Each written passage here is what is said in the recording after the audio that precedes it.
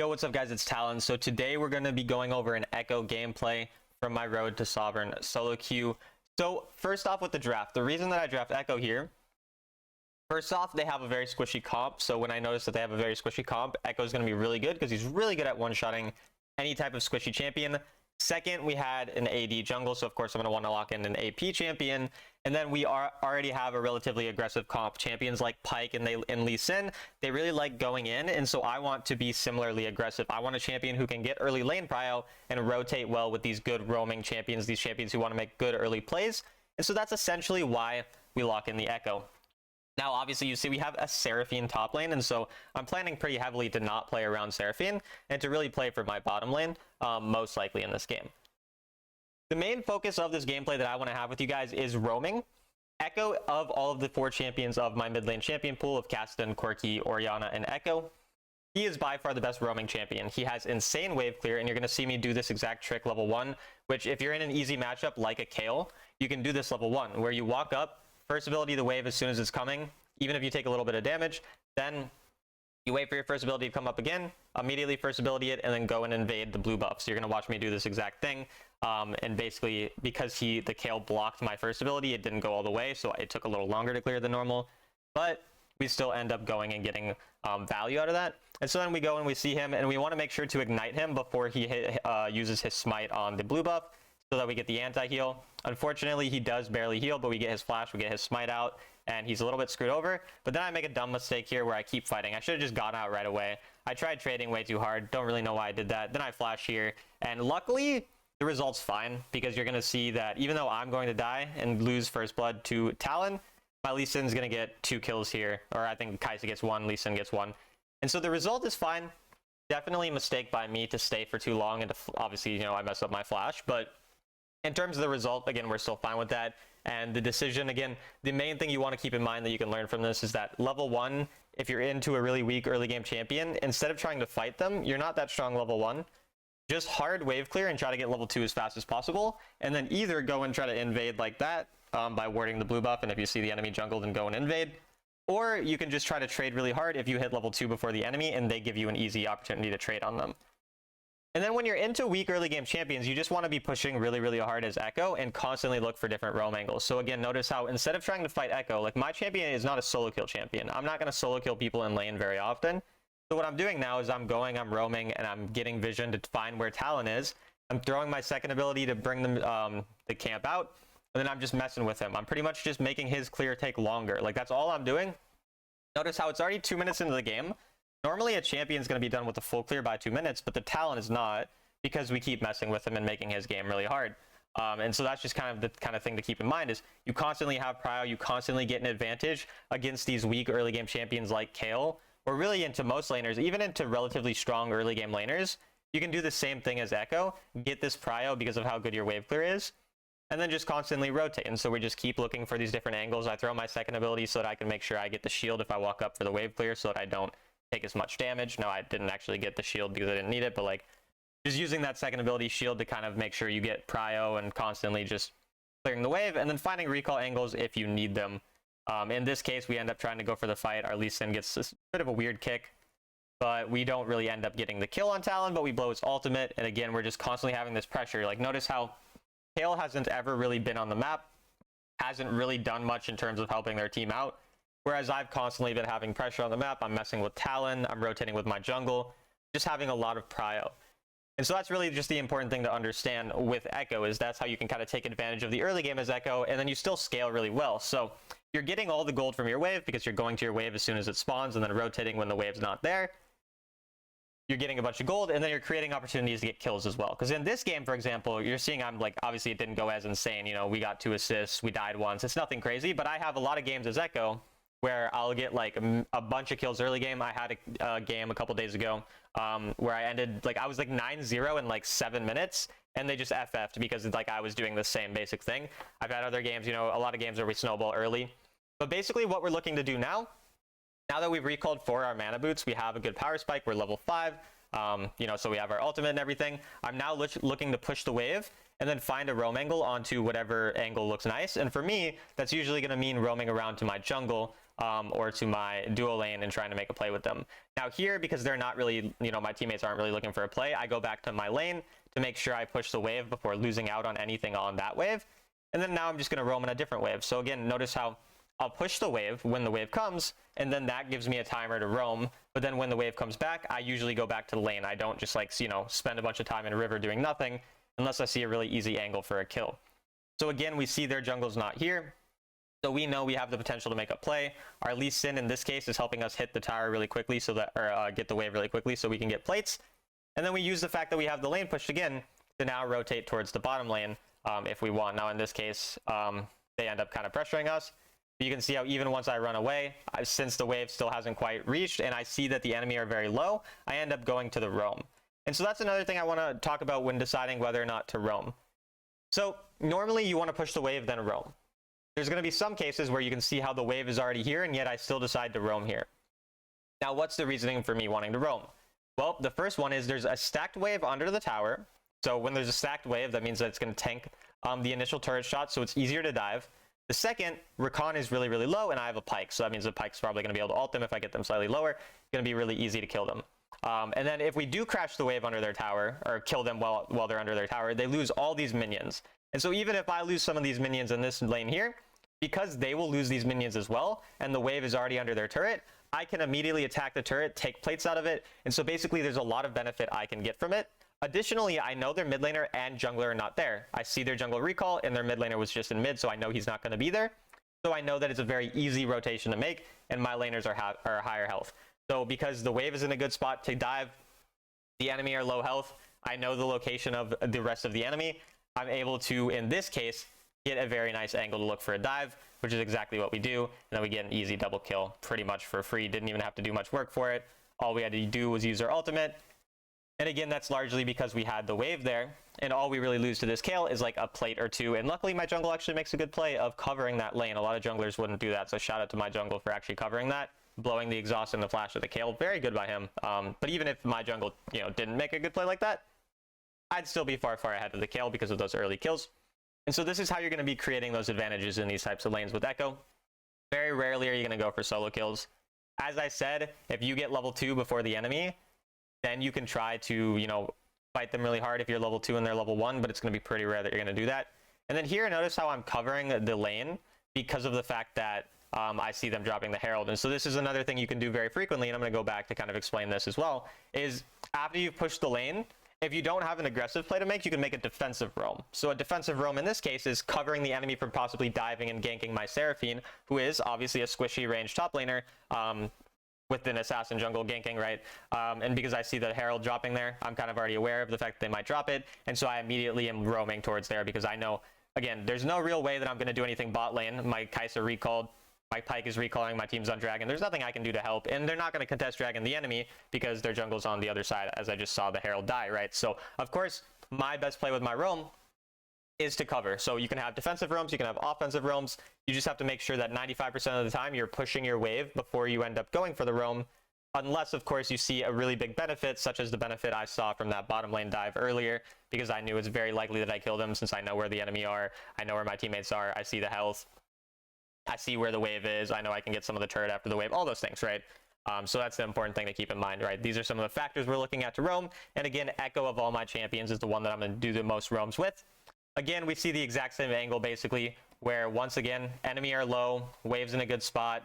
My jungle even is here. That's another thing you want to make sure you're looking to roam with your jungle as well when you can. And then, again, Kayle's on the wave, but because I know it's a pretty likely kill and we can get the turret out of this, I'm totally happy to go for it in this case.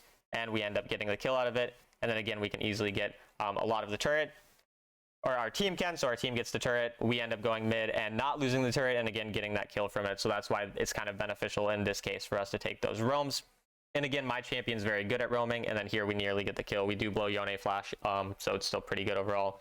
But yeah, so basically, factors that we're looking at to roam, again, to reiterate, we want to make sure our lane is pushed initially. At the very least, we push our lane if we can. Again, certain times we won't, but most of the time we're going to push our lane. Then after pushing our lane and having the lane priority, we're then looking at the health bars of our teammates and our enemy, the location of the other people like the enemy jungle, the enemy mid laner, our own jungler as well. We want to make sure we try to roam with them. All those types of things is really what we're looking at.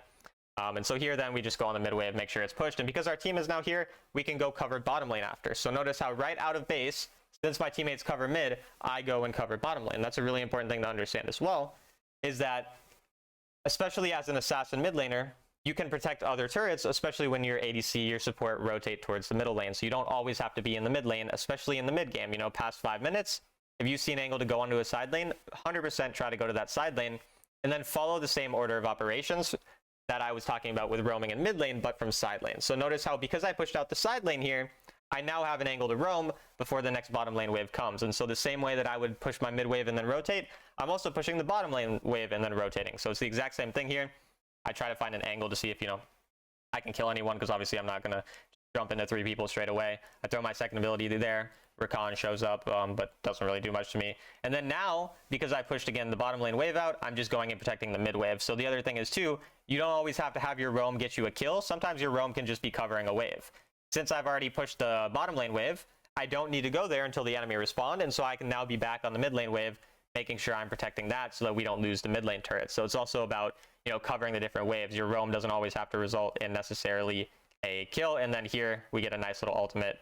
And then Pyke gets a nice little triple kill off the ultimate damage that we get, getting them low enough. And so that was pretty clean there. So we take that. You guys saw the little third ability plus ultimate combo by me, so that I'm able to get my auto attack damage right away after and get a bunch of burst damage onto the Lucian. And then we're just waiting for the wave to come in mid. So we just clear a jungle camp as we're waiting for that.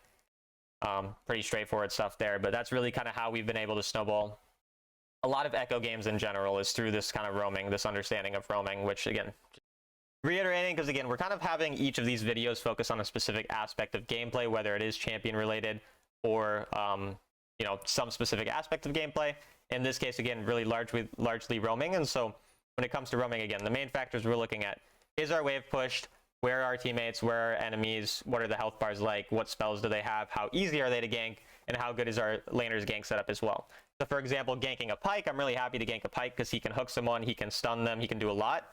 But ganking, let's say, a Lulu, not as easy, right? Because ganking, like if my teammate's a Lulu, that is, right? It's hard to gank when my teammate's a Lulu because they can't engage as well for me. They can't stun someone. I mean, they can polymorph them, but it's not, you know, as effective and not as easy to land as well. Pretty short range ability, so those types of things. And then again, when it comes to map movements, notice how here, once again, my teammates are mid lane. There's no specific objective up right now, and so I go to the uncovered side lane. I go top lane, I push out top lane. What do I do after I push out top lane? I rotate. Once again, push out your lane, then rotate. Push out your lane, rotate. Constant, again, even if it is a side lane because your teammates are covering mid lane, you still do the exact same thing. And in this case, you're going to see some of my teammates ended up dying in mid lane. That's not my fault that they died in mid lane, and I know a lot of you guys will be like, well, I have to be mid lane all the time because if my teammates die like that, it's the end of the world. But like, look at the real result here. It's really not that big of a deal. Also, I don't know what the Rakan ultimate was, but it's really not the end of the world. Like, my teammates died in a dumb place, but all we lose potentially off of it is a dragon, and we don't even in this case lose the dragon. Now, if there was, you know, a Baron or a dragon already spawned there, I would go straight to mid lane. But because there was no objective yet, I had some time to cover a side lane, push out that side lane, then rotate. And what my teammates do with that time when I'm on the side lane, it's not my worry. You know, obviously I'm going to push the lane so then I can rotate and be with them later so that they have a less likelihood of inting. But if they int when I'm on the side lane, pushing out waves, getting gold, doing that type of stuff, that's not my worry. That's not my problem. And, you know, it is what it is. If they end up dying, they're going to die sometimes. It's, you know, it's just part of the game, unfortunately, getting kind of bad teammates. You know, it's definitely, it is what it is. And that's one of the reasons we're doing solo queue, you know, is to show you guys it's hard to climb solo queue, but it's certainly possible if you follow a lot of these tips. And we have not had the best start of the season. I think I'm like 52% win rate early season. We're like diamond 3-4 marks right now. So, I mean, we're climbing, but we're not climbing like insanely fast, right? And that's the case with solo queue. Sometimes, you know, even if you play pretty well, I do feel like overall we've played pretty well in a lot of these games. But with solo queue, I mean, you can make yourself able to consistently win, but you're not going to be able to, you know, have a 90% win rate. Some of these games are just unwinnable. And it's also, you know, a lot more pressure. Like if you make any mistakes, it's pretty hard to carry. Whereas if you're duo or you're trio, you have a bit more room for error, right? So that's why a lot of these fundamental things like finding these proper roam timers and that type of thing, also stupid play by me there. not much to learn from that, right? Just dumb. Don't do it. Don't do that. But a lot of these kind of important things like the roam timers, you know, consistently pushing out your wave, covering the side lanes when your teammates are on mid, especially if there's no objective up. These types of things, pushing out even your side lane before rotating back towards mid, understanding your champion's role and how to punish late game champions. Again, if I'm a Jace, maybe I'll play hard to kill Kayle in lane, but because I'm an Echo, I play to push and roam and have an advantage in that way instead. Against a Kayle, because I'm not really going to kill Kayle. And then holy crap, my Kai'Sa's damage is pretty nuts. So also this game I do have 2 good players on my team. My Pyke and my Kai'Sa are Sovereigns, so they're definitely good players, and that helps, of course. And that's another thing about early season. Some early season games you get QP and Crisis King. Crisis King is like rank 1 Pyke. He's like a really good Pyke. He's my Pyke. And QP is just like I think he was like a challenger PC ADC as well, and he's like really good, right? Sometimes you get those people in solo queue early season, and then sometimes you get Seraphine top lane, or in this case you get a Seraphine top lane and you get those people. So it's really, you know, a very mixed bag, and that's why it can definitely be pretty random. But in these types of games where you do have at least one good lane, in this case my bottom lane being good, if you're doing these roaming, you know, strategies that we're speaking about, it's going to be very effective because your roams are going to work out really nicely towards them. And so that's a big reason why my roams were targeted towards my bottom lane and not my, you know, my Seraphine top lane. Of course, I'm not really going to path towards a Seraphine top lane in most games because that's just most likely not going to work. But you notice how I still did protect that Seraphine on that one roam towards the Herald, and that still did probably protect Seraphine from potentially dying. It also stopped that invade because we were getting invaded back then. So again, I'm kind of just talking about a lot of those early game things because that was really what led to this game being easy. I don't really need to talk too much to you guys about what's going on right now because a lot of it's really straightforward. I'm just pushing out the lanes, snowballing in a pretty straightforward way because we have the lane prio. We're doing the same things that we did before, pushing out the lane, then looking for rotations. And because I'm strong now, I can take fights when I see a good fight angle. So that's another thing as well. When you're playing one of these AP champions like Echo, like Orianna, like whatever, you're really strong as soon as you hit death cap. So once I hit 3 items, I'm instantly eager to fight. I'm not going to force super stupid fights, but I am eager to fight when I see an angle to fight because, again, I'm really strong on death cap. And another thing is, once it hits 12 minutes, that's when Baron spawns, and I want to start spending more time on the Baron side of the map. So I might, in that case, forego some gold in order to stay on the mid lane or on the Baron side lane, like the side lane that has the Baron on it, so that if I do, you know, if they do come for me, at least like I'll be near my teammates because they're probably going to be around the Baron. And if the enemy try to sneak Baron, I'll be in a position to possibly protect them. Also, you saw that damage onto the Echo. I'm going to rewind because I just want to show you guys how much damage my champion does on 3 items, as we spoke about, because here I'm basically 3 items. Echo tries to go on me, but I'm up 2 levels. I basically one-shot him with my ultimate, and then we just E-flash onto him and kill him. So pretty insane burst damage as well. And again, we're pushing the side lane because we have Baron, and so that's an important thing as well, is making sure that you don't just ARAM when you have the Baron. Like I was pushing out the side lane as my team was in mid so that I make sure we get a lot of value out of the Baron. Again, Echo is a champion who is really good at side laning, also has insane burst damage as you can see here, and we end up killing the Rakan and the Yone, and then yeah, I think we just end here. Pretty straightforward because we were pushing out the side lane. We're in a good spot to end. I don't remember 100% if we end, but I think we might. Trying to get the one shot onto Lucian. We do get the one shot. I'm also always playing around that, you know, combo with my passive, getting third ability, auto, first ability, pretty much always. And yeah, so we end up carrying that game pretty hard, a lot through roaming. And so I hope this was useful for you guys understanding roaming. Again, we're currently Diamond 3, 4 marks on the road to Sovereign. Again, we will go for Sovereign solo queue. Obviously, that's kind of what this entire series is about. Giving you guys, again, you can see here, I was 1 mark at this time. We won some more after this because this was, again, the beginning of my stream. And so, yeah, that's pretty much that for the video. I hope you guys enjoyed, and I'll see you in the next one.